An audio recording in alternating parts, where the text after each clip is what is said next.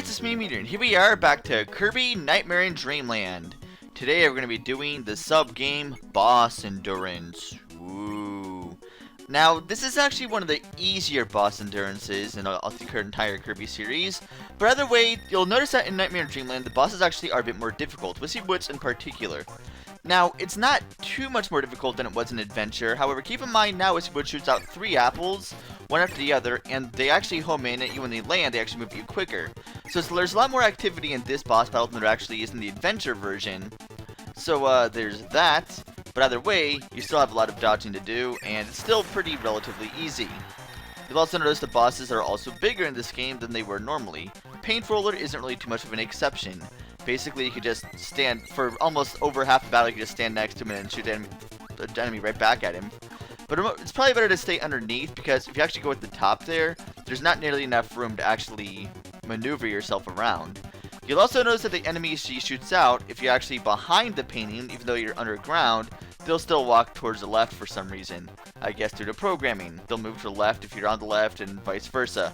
But regardless, there are a couple ones like this, like the Parasol, that actually move towards you, in which case, just when he comes down, just hit him that way. You know, you can actually draw paintings, make them come to life. Could you essentially just like draw a landscape and go inside the painting and experience it that way? Man, that'd be a pretty interesting concept for a game. Anyway, pretty much, yeah, just once he gets under half health, then he changes up a little bit. But let's just wait till he hits here. Now when you actually draw something, he actually steps forward a lot quicker. Well, not in that case. I accidentally ate Kirby, or the Kirby doppelganger. Kirby Bob, or Doodle Bob Kirby, whatever. Anyway, basically, I'm just going to stand here and notice that the baseballs and the parasols both can go underneath, so just hold on to that. Those are fine, just hit them like that, and just move over to the other corner.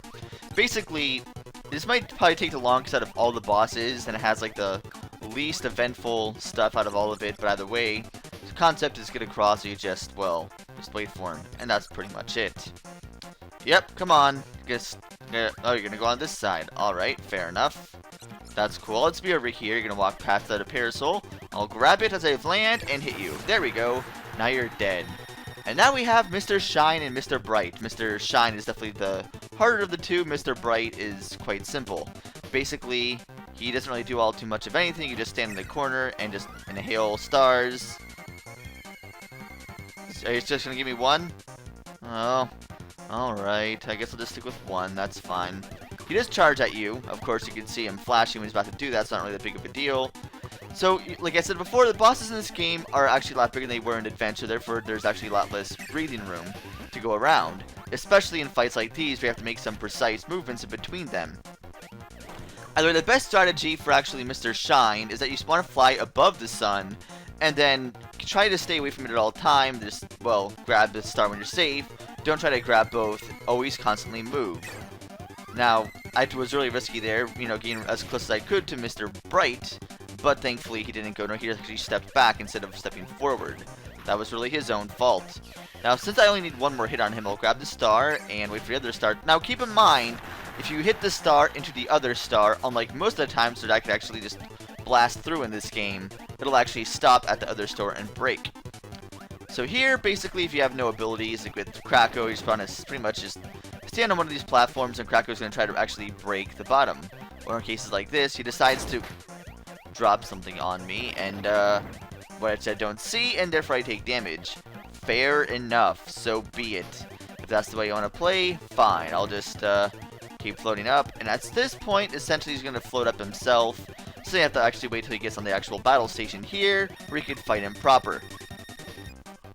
Lightning bolts. Pretty much it's the same Kracko battle. This is exactly the same Kracko battle as it is in, what is it? Amazing Mirror? Although this game came out after Amazing Mirror, so I guess or before, rather, so I guess it doesn't really make much sense. But regardless, it doesn't really matter. I'm just gonna be able to outrun that. I guess not. Okay. I took 2 hits from Kracko so far. That's always a nice thing, you know, taking 1/3 of my health from one boss. Always nice. Oh well, I always tend to take damage from Kracko for some odd reason. His just, I don't know, something about Kracko just, I don't know, I can't, whatever, it doesn't really matter, I suppose. just float above him like all case. I mean, his attacks aren't even that hard to dodge. It's just differentiating between his dive attack and his electricity attack. It's sometimes kind of troublesome, and sometimes that little lightning bolt could go a little bit further than you would expect. But whatever.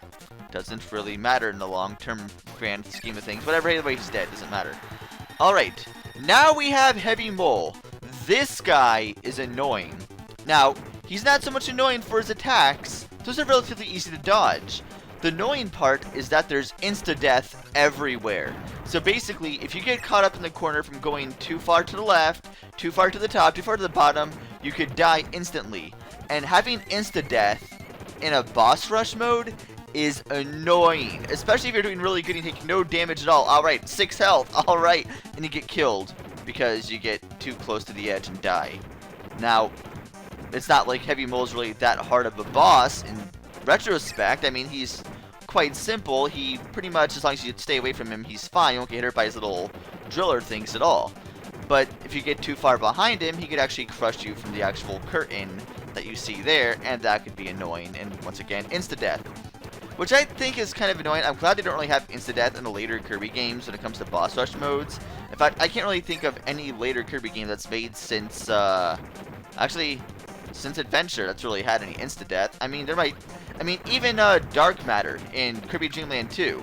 I mean, yes, you could get near the bottom. Even if you got all the way to the bottom on the floor, it wasn't insta-death then. I was wrong about that.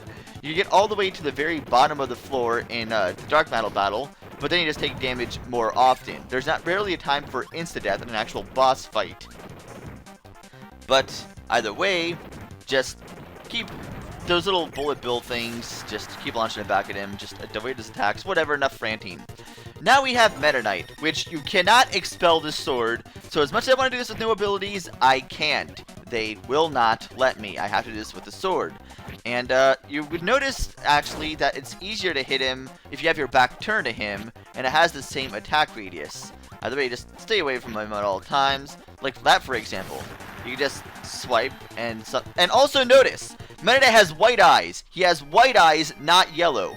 People tend to draw fan art of him with his mask off with yellow eyes. No, it's white, guys. His eyes are white. This is serious business, I swear. I'm not crazy. He has white eyes. Either way, point is, here we have King DD. He's, of course, much larger than he is normally, and his hit radius is much larger, and sometimes you get in certain aspects, especially with this attack, where it's kind of hard to dodge. Same principle, though. You actually slide kick underneath him when he does that. It's really not big of a deal. Now his hammer, just stay away from him, get close to him. The best aspect of attack to actually avoiding his attacks is to fly slightly above him like that. That way if he jumps towards you, or he keeps on doing this in a corner like this, then, I don't know how I dodged that, but okay. Then, yeah, he could just chain you up, and keep in mind, however, that as large as that hammer looks, when it's up in the air, until he slams it down, it is essentially impossible to take damage from it until he swings it. So, if you think you're stuck in a corner like this, you could easily just float above him and go to the other side. Keep that in mind. Either way, he's dead, doesn't really matter. Now we have the Nightmare Orb, which is the hardest, in my personal opinion, to take no damage from in the entire game, due to one particular attack. Now, before he goes under half health, he's quite as simple. If you've done shmups, he's actually relatively simple. Just avoid all attacks possible. I mean, this is definitely an OR type, I'll tell you that right now. Although I would love to play a Kirby shmup game, which actually was in Mass Attack, which is super awesome, by the way. I love that game. Anyway, that attack there, under half health, those little stars actually close in on you and home in on you. So you have to actually go at the right time in between them by like going up and then to the right a little bit to actually avoid those stars. That attack is painful to avoid, and I don't know how he dodged that attack, but whatever. Either way, he's dead and take any damage from that. Now, of course, we have Nightmare himself. And if you notice, the graphics are vastly improved here. And you'll also notice something different about Nightmare's appearance. But we'll get there in a second. I love the animation here. It definitely looks a lot cooler. I love the whole orb thing and the colors and the... I just overthink it looks pretty cool. I also love the animation of the Star Rod, too. Music, of course, is remastered from the original track. And it's pretty awesome, actually. I love the music in the actual remake of it.